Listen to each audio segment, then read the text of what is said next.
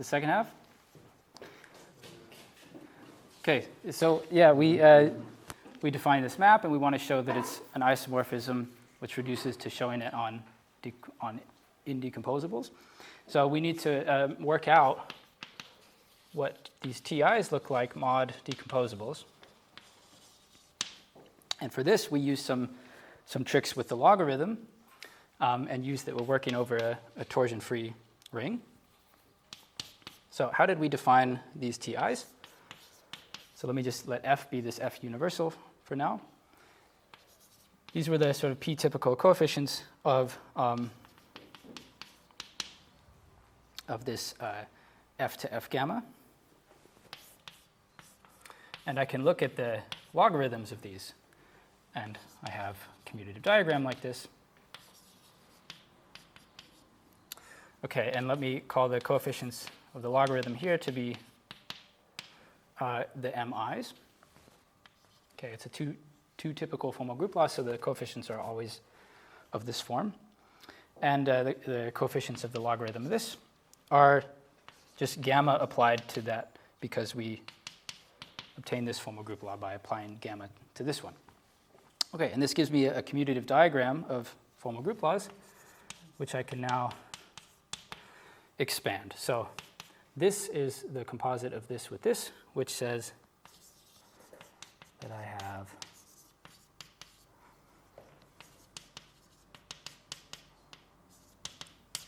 this expression, and the logarithm is a morphism to the additive formal group law, so this comes out as an ordinary sum, like this. Okay, sum over I, say. And then I can expand that using this formula. This is the sum over I, j, gamma, m, j, ti, 2 to the j, x, 2 to the I plus j. And then now I just collect the coefficients of each side. This tells me, I'll write it over here. This tells me that mn is the sum, I plus j equals n, of gamma, ti 2 to the j times gamma m j. Okay, and I can see that mod decomposables, this just has the I equals 0 and the j equals 0 term, which are Tn and gamma mn. So this is mod decomposables. And so that gives me a formula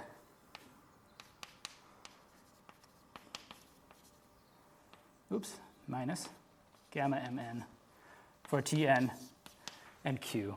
And in particular, these MNs are the same MNs that are showing up in this universal logarithm ring. So we have, in other words, worked out the image of the Tn's along this map here. Okay, so let's now use that to finish the proof. So the first thing I want to do is, well, I gave you this description of the integral homology of tensor powers of mu. And the first thing that we can observe is that we can actually turn that into an equivariant description really easily because we have a Kuhneth formula for integral homology of these tensor powers. So let me state it like this. This is equivalent to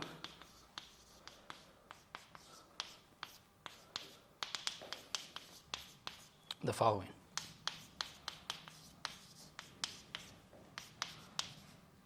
By the Kuhneth formula. And this tells me that, well, the homology, the integral homology of this with its g action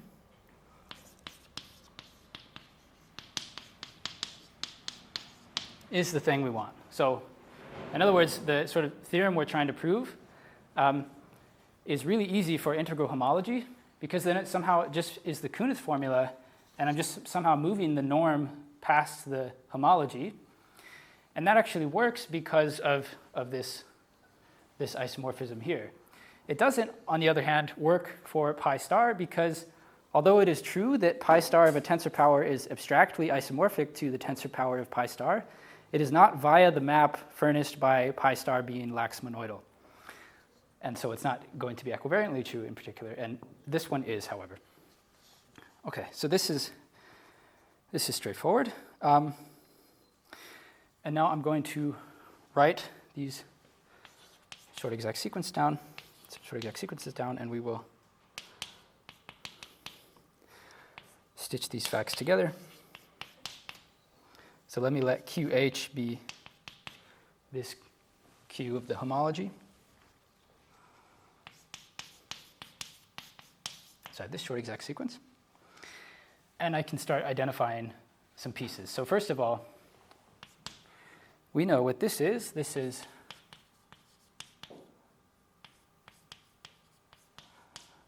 sort of the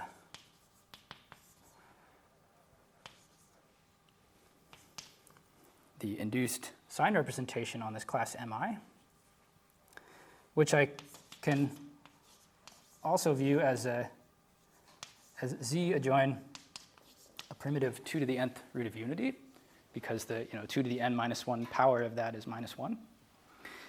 And this map becomes the one sending zeta to 1. So in particular, its kernel is the ideal generated by zeta minus 1. And this ring here is an integral domain, so this is actually just isomorphic to A, where that's multiplication by zeta minus 1. Okay, so I have now this diagram just from, well, this Quillen's theorem part and the identification of this thing equivariantly. Okay, and now we're basically done because I have a map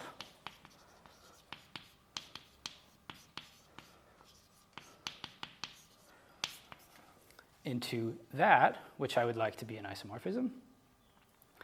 And I just observe that, well, from this thing we worked out over here, Ti here goes to Mi minus gamma Mi, which if I go down to the second row is exactly going to 1 minus zeta. So in other words, you can see that this map is an isomorphism from this short exact sequence and the identification of this with the kernel of zeta minus 1. Okay. Any questions on that? Maybe I went a little fast.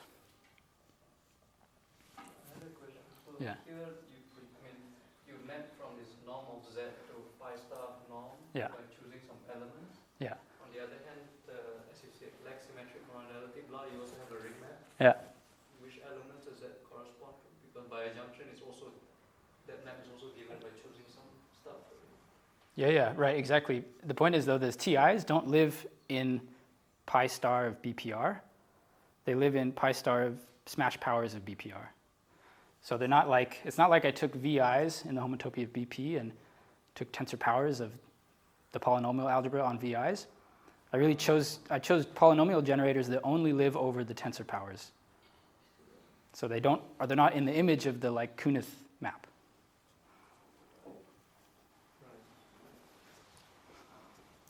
Okay, let me just clear this up now.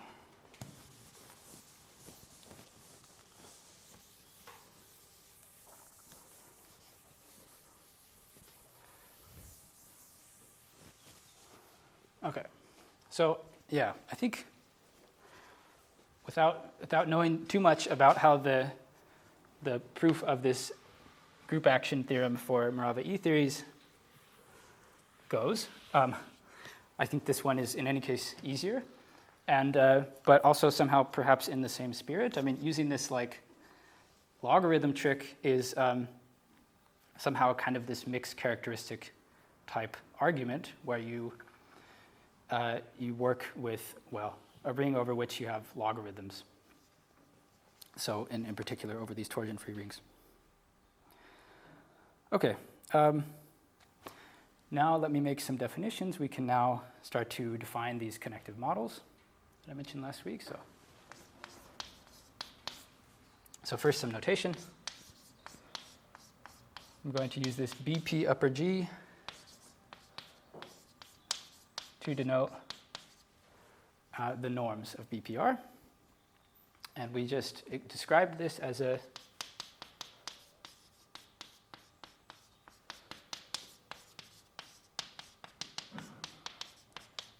G algebra. Okay, and the connective models are going to be quotients of these things, called the BPG brackets M's, brackets M. And they are, well, informally, they are this where I kill off these families of generators from Tm plus 1 on. So I want to do that in an equivariant way, and I haven't defined that yet, but the sort of goal in that construction is so that as a G algebra, the underlying homotopy groups are this sort of finite curl dimension quotients of this G algebra. Like that. So that's what this construction is supposed to do.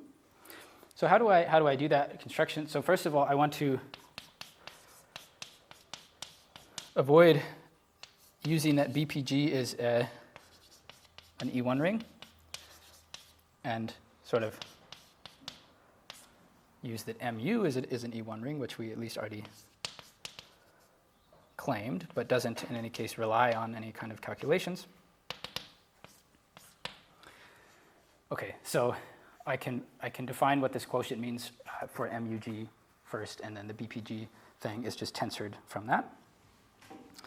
And the idea is as follows. Well, if I have a ring R and a class X, and I want to form the quotient R mod X, well, if R is an E1 ring, I can take a map in from the free E1 algebra on a class in degree X and form this tensor product. And that's a sort of construction that works. And well, I can also do this, with a list of generators.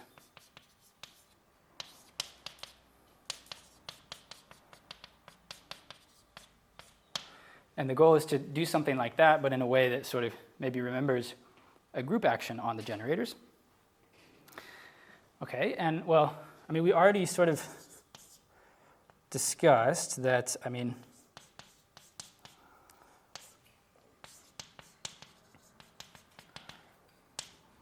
we can construct polynomial rings on which the group acts by this rotating thing using the norm. And so I can make the following definition. This is going to be G tensor over some big E1 thing.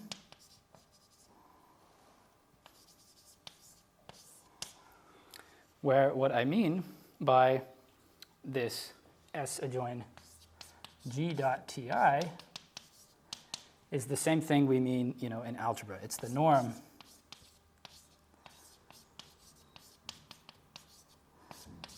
from C2 spectra to G of the free E1 algebra on a generator in the degree of Ti. Okay, and so I mean I just use the norm functor to define this tensor product, and yeah, it in any case is some equivariant way of implementing this quotient.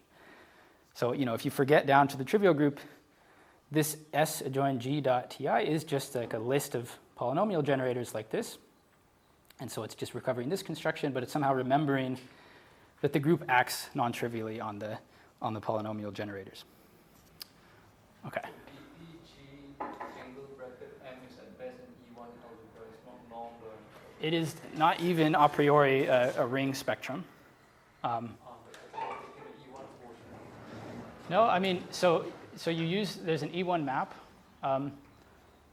Yeah, I mean, when I define these quotients like that, there is an E1 map from S adjoin a class in degree 0 to the sphere, picking out 2, for example.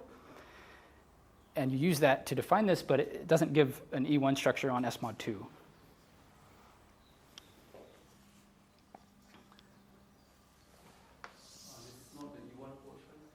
it's just the tensor product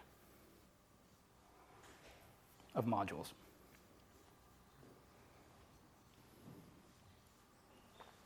Okay. I want to make a remark about this sort of twisted polynomial rings, just to unravel it a bit. So each monomial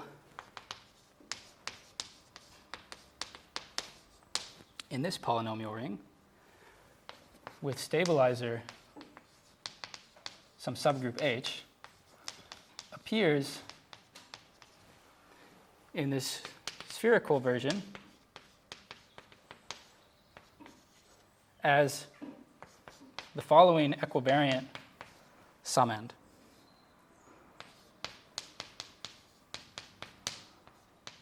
Okay, so I mean, the underlying thing of this is just a big wedge of spheres, but the group is acting on those spheres, and so if I take some sphere with all of its conjugates in there, then it comprises a single equivariant summand in this equivariant thing, and that's the sort of thing you're getting.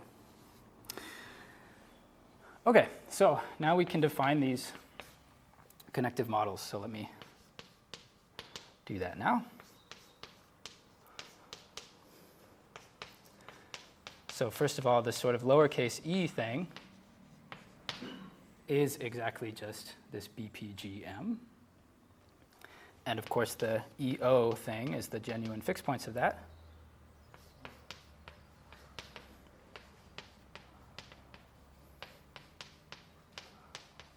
So in particular, the sort of thing we care the most about, this EO4, is the C8 fixed points of BPC8, 1.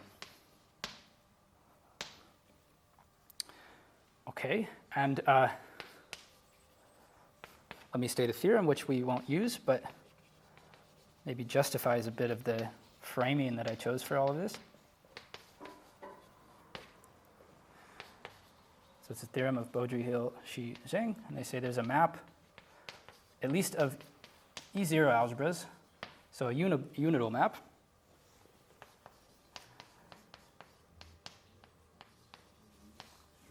it's from, let me say, C2 to the n, E2 to the n minus 1 m in C2 to the n spectra. Okay, so for example, there is a map, a unital map from E04 to big E04, from which we automatically deduce the detection theorem for little E04. Okay, but we won't actually use this, and it might seem a little bit cruel because I really focused on these connective models, but we will in some sense not actually need the connective models in the end. But we still sort of conceptually need them, and I want to explain that. So this theorem I just stated, what do they actually show? They say if I take this C2 to the n equivariant thing, then I can write this as sort of BPGM with some class inverted, completed at some ideal. Okay, and that's sort of this like group action theorem thing that we discussed. Sorry, Christian. Yeah. Confused with the theorem. What's the difference between the source and the target? That's a great point. Thank you. Thanks. Yeah, where this has the Morava stabilizer action. Okay. So what's a more simple version of this thing here? I mean, I can take any En, and I can express it as some like completed Johnson-Wilson theory. Okay, so this thing here, sort of the En Johnson-Wilson theory. And I mean, this is sort of saying like, well, I can't just take this thing on the nose, G equivariantly, because this BPN sort of isn't big enough to support a good G action. So it's sort of the same thing as this, but they just fatten up the BPN to have enough polynomial generators to sort of support an interesting G action. And well, from this perspective, the sort of reason we don't need the connective models in the end is the following. if I take BP and I invert Vn, this ends up being equivalent to a sum of shifts of En. So in some sense, if I want to, like a finite height thing, I actually can just get it as a localization. I mean, this thing will be bigger than En, but that turns out to be no problem for us. And so what we will end up doing is just working with this localization. Okay, so if you prove this theorem, then you don't need to do this. You can work with this connective model just in the way I described, and that's great. But the point is just that it's easier to map out of a localization than it is to map out of a quotient. So sort of if I don't want to prove this theorem, then I can just do it this way. And thinking of it along these lines, it sort of seems quite reasonable. Okay. Yeah. Do these connected modules satisfy your desiderata, like being FP spectra and whatnot? They are FP spectra, yeah.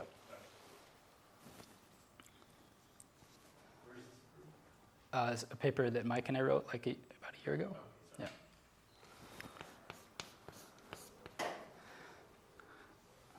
Okay, so now I want to get into the slice filtration. Wow,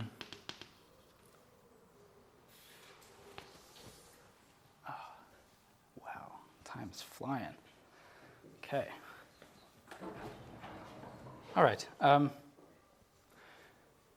see, how do I want to frame this? Okay, so the idea of the slice filtration is, at least from this point of view, coming out of this group action theorem, is to think of this BPG spectrum as being some big polynomial algebra and to try to sort of filter it by powers of its augmentation ideal. And I think maybe the best way to understand that in an example can be seen through Ku. So let's look at the Whitehead tower of Ku.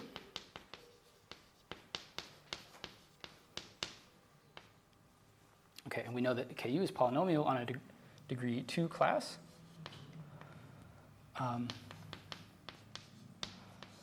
With this, so that's not what I wanted to say, just that it's degree 2. And that tells me that its Whitehead tower looks something like this.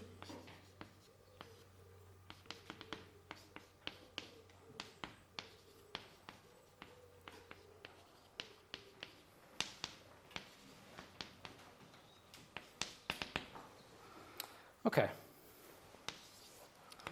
And the idea of the slice filtration, well, it sort of originates in this example where Duggar gave an equivariant lift of this Whitehead filtration that's sort of decompleted in the right way, because, well, in particular we also knew the group action on V1. So this tells us that we know what the associated graded of the Whitehead filtration is, even Borel equivariantly. But we want to work with something that's less busy than these homotopy fixed point spectral sequences. So we want to sort of choose good lifts of these things here that are not Borel. And that's what he provided. So in particular, if I look at Kr, this connective Atiyah Kr, and he showed there was a filtration of that looks like this. So first of all, there are these lifts of V1, more or less as discussed earlier. And you get some filtration of it that looks like this. Okay, so let me do some erasing.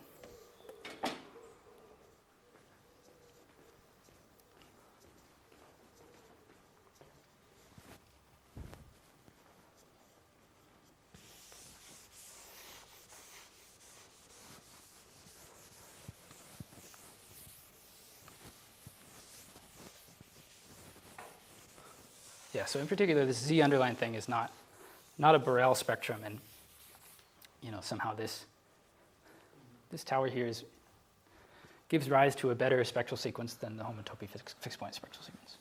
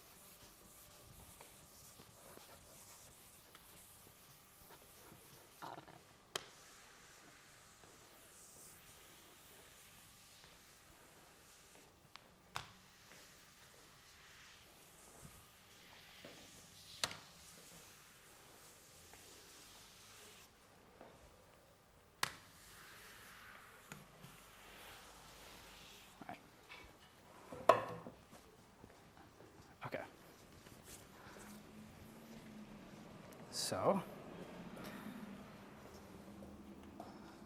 oops. All right, so in either case of this example here, let me use the upper board. In either case of this example, it's just a Bockstein filtration. In other words, just a V1 adic filtration. So let's think for a moment about how to define such a thing.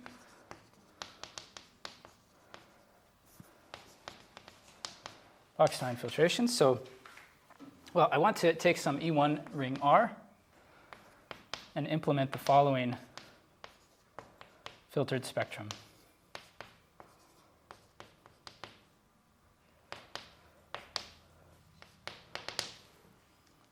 In some kind of nice way, where X is a class in the homotopy of R. And I can do that as follows. So first of all, let R be an E1 ring. Then I can form the following E1 ring in filtered spectra, where I use that filtered spectra is tensored over spectra. And 1 is here the unit in filtered spectra. Okay, and then I can make the following definition. Let me let the X-adic filtration of R be the following thing. So I take the free E1 algebra in filtered spectra on a class in the following by degree. So I'm introducing a bunch of notation that I'll define in a second.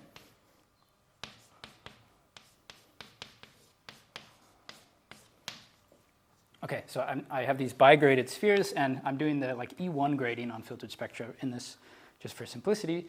So the first index is just what topological sphere is, and the second index is where it appears in the diagram. So in something in filtration 1 would be a sphere that starts here.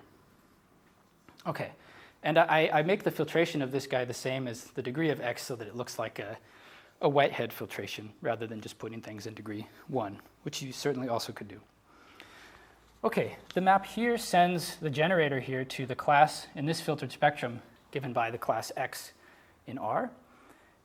And the map here sends X to a tau multiple of the generator here. So let me let the sort of generator of this thing in degree XX be X tilde. And this map here is the one defined by doing that. Okay, and you can check that this implements that diagram up there. I mean, the one I wrote sort of is the one where X has filtration 1 in this diagram. So what it actually implements is the one that sort of ran, at half speed, for example, if X has degree 2. Okay, so what I'm saying is if I look at this diagram, this is not actually the Whitehead tower of KU because there are the odd slices there that I just sort of suppressed. But if I wanted the Whitehead tower, there would be, an equivalence to the 1 connective cover, and then this, and then an equivalence to the 3 connective cover, and then this. So I just want to put things in the right degree. That's why this is here. Okay, and I can do the same thing, ROG graded, and I just won't write it because I'm running out of time. But the point is, I take the filtration degree of a class in degree V to be that of its dimension. Okay, so maybe I'll just say as an exercise, check that the Whitehead filtration of KU is equivalent to the V1 Bockstein filtration on KU. So, I mean, this claim is kind of obvious, but just to work through the definitions, actually write down the map between these things and check that it's an equivalence. Okay, great. So now I want to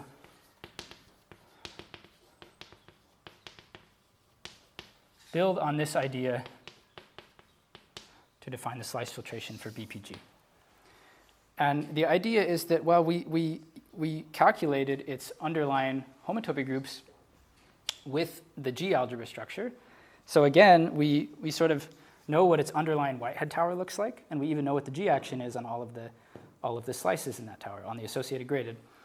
And we're trying to sort of build a tower where the lifts of, let's say the sigma 2 of Z is going to be something like sigma rho of z, or when some class in the underlying homotopy generates,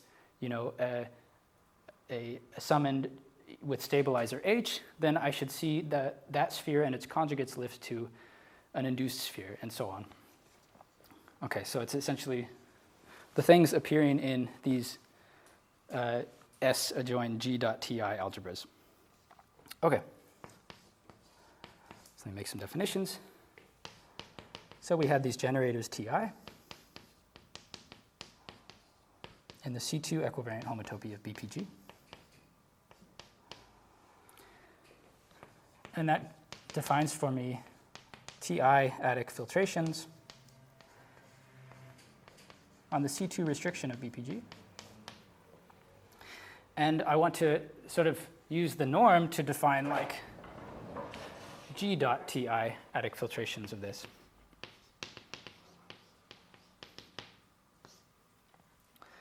And that's something I can define as follows. So there is a G-symmetric monoidal structure on filtered G spectra. So in particular, I have norms which behave well in the sense that they, recover the HHR norm on underlying spectra, for example. And I can make the following definition of this with that norm. So I norm up this Ti adic filtration, but I want to do so sort of mu linearly. So I want to tensor this over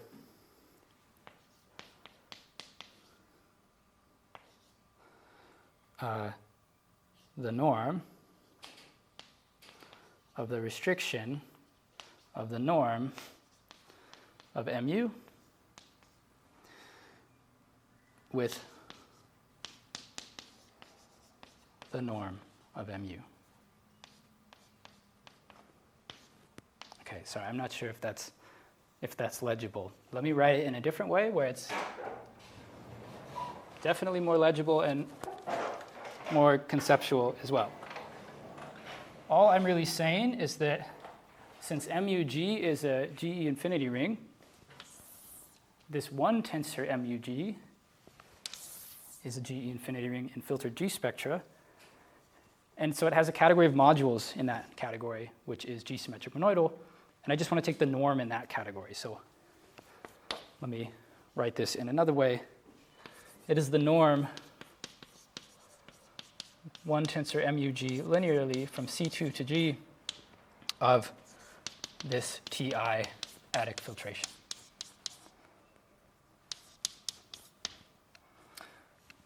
Okay. Great. And now I can make a definition of the slice filtration. Where did the integers come from? It's like you wrote I'm sorry, what? you wrote Z tensor. Oh, sorry, it's a 1. Yeah, sorry. Okay, so now I can define the slice filtration BPG as, well, I just take the big tensor power over this filtered GE infinity ring.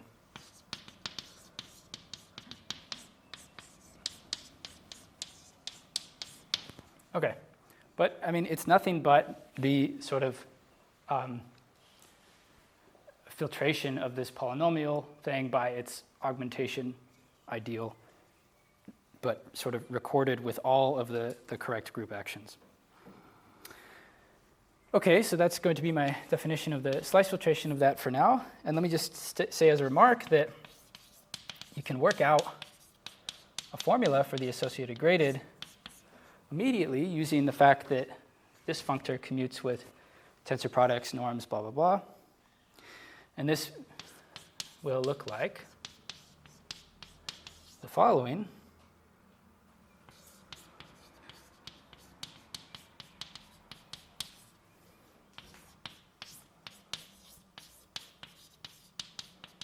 I mean, this is sort of like usual Bachstein associated graded. You sort of kill the class and then adjoin the class, but with all of the generators.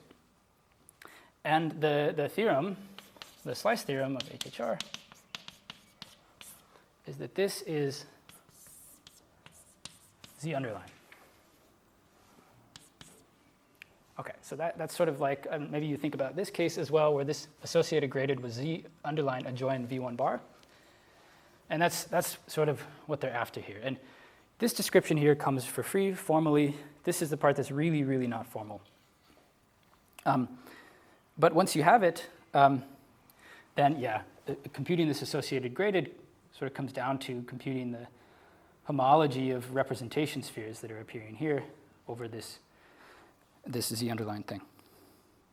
Okay, so let me make a remark, because this is not the way the slice filtration is usually defined, and we could really get away with what I said so far if it weren't for the following problem, which is that this construction of Bachstein filtrations has bad multiplicative properties. So for example, the 2-adic filtration of the sphere is not a ring because the 0th associated graded piece of it would be a ring, and that's S mod 2. Okay, so actually we can sort of do everything here and prove this slice theorem, and that would be all fine and would give us many things, like the gap theorem, for example. But for the periodicity theorem, which we'll prove next week, we need to know that it gives rise to a spectral sequence of algebras, and that doesn't follow from this. You really need to use the original definition of the slice filtration. Okay, so maybe let me, in the last 5 minutes, define that.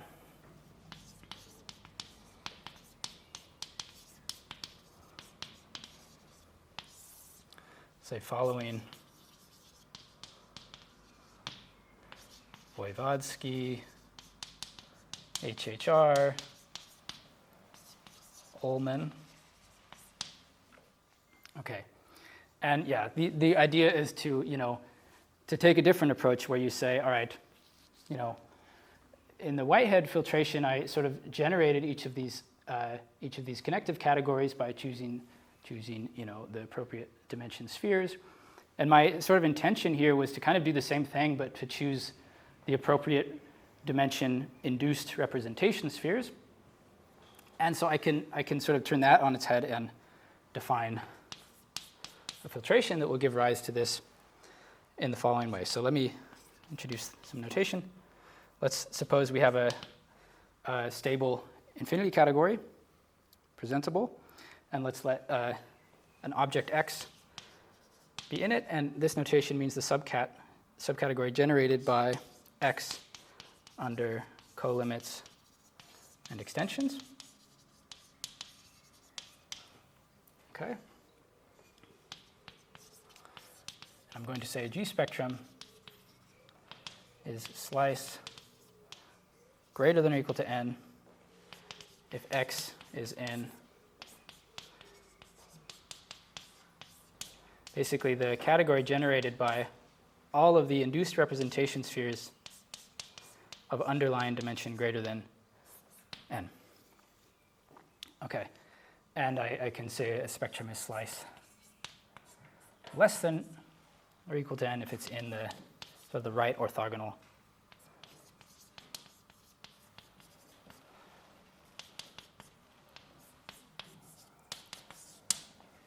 to that subcategory. Okay, and the idea is that, well, each of these slice greater than or equal to n categories defines a T-structure on G spectra, and these T-structures fit together in a nice way.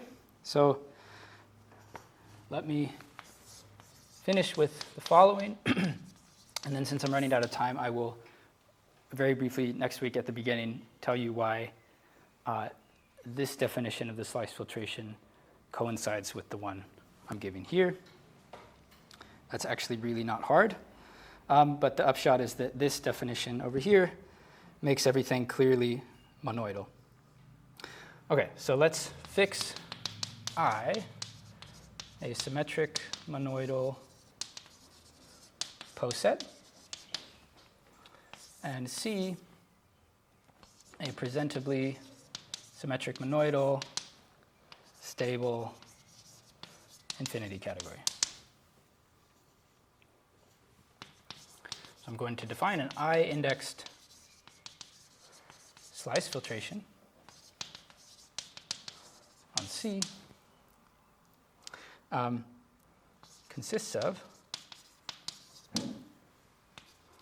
so for each I and I have a T structure on C. So all the T structures will be accessible T structures, and I will specify them by specifying a category of connective objects. So let's just let that be Ci. And I need to know that if I is greater than or equal to j, then Ci is contained in Cj.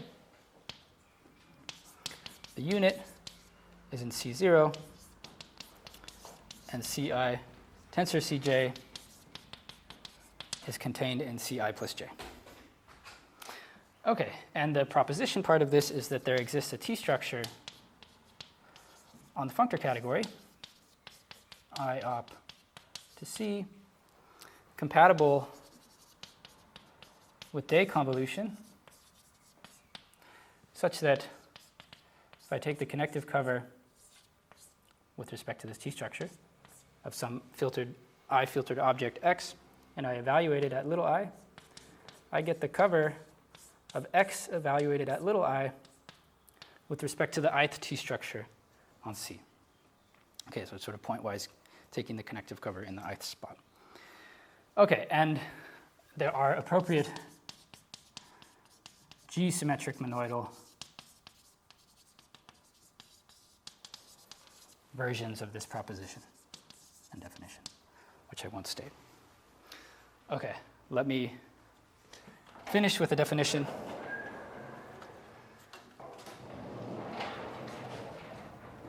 Just real quick. Let's just do it here.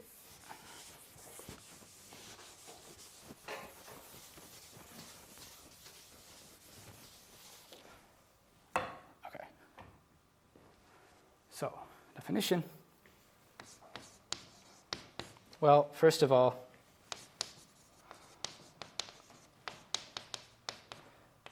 this sequence of T structures, slice greater than or equal to n, that I define, form a slice filtration in the above sense. So, slice filtration. The slice T structure on this is the one defined by, well, I is equal to Z, and Cn is this slice greater than or equal to n category.